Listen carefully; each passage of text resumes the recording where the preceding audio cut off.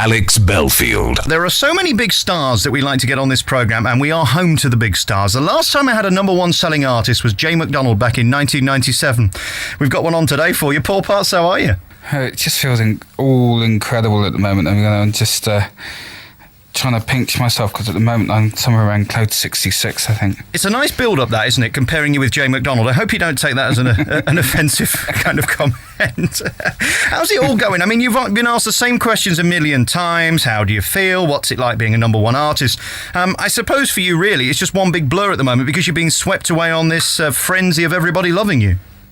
Well, it just feels like a dream, and I'm having to pinch myself constantly, just thinking, why has it happened to me, and it's just, I just still can't believe it, it's just, I'm constantly having to pinch myself. I suppose the nice thing for you is you haven't been in a reality show as such like a Big Brother. You've actually got a talent and probably some similarities to someone like Jay McDonald. You're probably going to be around forever because you've actually got the talent to keep going. It's not as if this is something that's just come and could go again, is it? Well, it was just such a privilege to work on the show, and amongst, so many talented artists and bearing it, I'd like to give a shout out to the Combat Breakers, who were obviously from Coventry, great ambassadors for young people and great attitude they had right the way throughout the show, and it's just such a privilege to be on stage with acts like the Combat Breakers, and just a huge privilege to be involved in the show. How are you finding show business generally? Are you enjoying talking to the likes of me, or would you rather just sing? I just enjoy the whole experience, and it's just such a privilege. Paul, you didn't answer whether you were enjoying talking to me. The answer was yes, you were thrilled to talk to me. Just enjoying do what I love doing, and that's just a huge privilege. I love the classical artists. Tomorrow I'm talking to a guy called Cortez, who's a new tremendous singer like yourself. I was the first guy to do an hour with Il Divo. I think they're unbelievable. And what you guys have done have brought the classics back in a popular way, in a modern way, and not in a boring way. And I think that's so nice because the kids don't really understand how brilliant classical music is. Well, I think that classical music is for everyone. It's not just for certain sections of society. I think it's for everyone, and that's when a lot of the music was written, that's what it was for. I mean, Puccini was always criticised by his contemporaries as being somebody that wrote for the box office. But he wrote incredible music, and as did Mozart before him, who got the same sort of accusations. So it's just an immense privilege to be able to perform it. What's your favourite opera? La Bohème. Mine's Winfrey. By Puccini. Yours is, sorry? Winfrey, Oprah Winfrey. Never mind.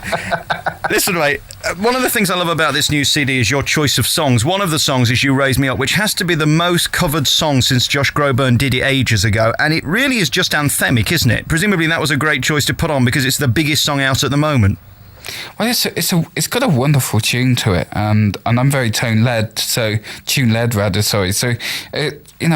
and it's got a fantastic tune, and it lends itself really well to classical singers because it's got the range. So it was an immense pleasure to record that one. You see, you're tune-led, I'm tone-deaf. It's a very similar thing. I don't know about you, mate, and I've seen you on the TV, and a lot of people have made a lot of your appearance. I am the ugliest man on the radio. This is official. I am the most deeply unattractive broadcaster you'll speak to today. How is it now, the fact that everybody looks beyond that and they don't care because they're only interested in your voice? That must be nice. If only I could have one day in your boots.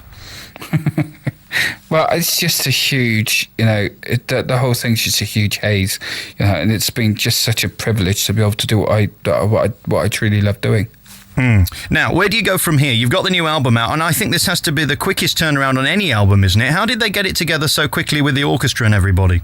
I don't know. I just walked in and the orchestra were there, so I didn't really get involved in all the bookings and things like that. So, but what I mean is that's not easy, is it? To get a whole orchestra and the right notes together in the right key for you to sing them. I mean, that must have taken a massive amount of organisation for them to pull it around so quick. I think that's a positive thing for the record company and how they were able to get everything organised quite that quickly and to get it organised so well.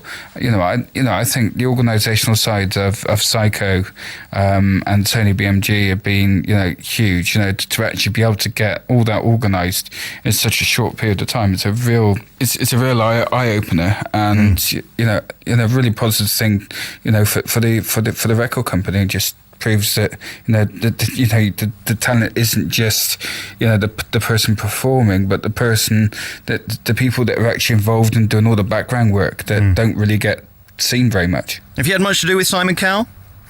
I've had a few chats with him. I've always had a lot of time for him. He's always been one of the most honest people that you could come across. And if he says something, he means it. And it was just incredible. He stood on that stage, and with Simon saying, you can be in a recording studio next week. And 7 days later, I was in a recording studio. All right, next we're going to come back with our remaining moments and do Phonebook Trumps. All right, you ready for this, Paul? Phonebook Trumps coming next at Touch FM. I'm going to play my favourite song off the album, which is Conte Partire, which is a beautiful song, Time to Say Goodbye, originally done by Bocelli and Brightman. I mean, you don't get any more anthemic and big than this, and that top note. It always makes me nervous. I saw you on Loose Women doing it the other day, and you clench to think, is he going to make it? Is he going to make it? What is that thought that goes through your head when you get to that top note? One of them is I hope it comes out. But I just try and trust my voice to come up with it in the right way. Let's play Phonebook Trumps then. I've been in show business 300 years and I have about 3 numbers in my phone. You've been meeting stars for the last few weeks non-stop. Have you got any numbers yet? Any important ones? Yeah, showbiz types. I haven't got any showbiz numbers in there at all. Really? No, I've got none. Good luck. Well, I'm very disappointed in you. I'd have thought you'd at least collected a few. You might have been able to get Sue Pollard or somebody. I just realised the other day I had to delete Bernard Manning from my phone. No point keeping that there anymore, is there? I've really got none in there at all. Who would you like in your phone then? There must be somebody showbiz you'd like to be able to ring. No, I really can't think of anybody. Well, who's your biggest hero then?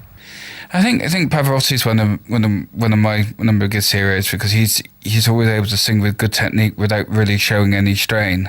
He's one of the and one of the singers that I've admired for getting beyond illness is Jose Carreras, who came through leukemia, of course.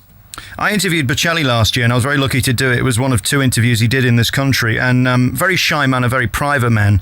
And again, it's one of those things where you're amazed that the voice comes from such a small person. Do you think it helps actually being bigger? When you look at Pavarotti, those big bass notes, if you see him live, you can understand how that kind of helps. Do you think it has anything to do with the voice? I don't think it has a lot to do with the voice. Has a lot to do with size. It's more about how much lung capacity you have and how much support you give the sound from your diaphragm. Also, I want to talk to you about the NME. They've been all over the press with you. They're a Coventry group. What's the nonsense? Is it a storm in a teacup? Is it one of those media things that's kept you going in the papers? Because we all need those from time to time. I have no idea. I mean, I wish them all the best. I hope they continue to do well. What did they say something disparaging about you then, or what was it? I don't know. I haven't really paid too much attention. We shan't worry about that then. It's a nothing. I don't really think about other people, but I do wish them all the best. I mean, do you worry how you do come across? Because obviously this is a difficult business where they're looking for the expose. They're looking to get you on front page of the News of the World. You kind of sell your soul to the devil when you come into this business, don't you? Has that concerned you? Because you seem like a brilliantly private man.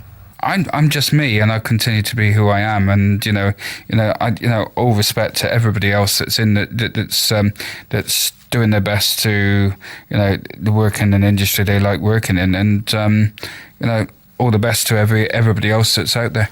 Are we going to see you live next year?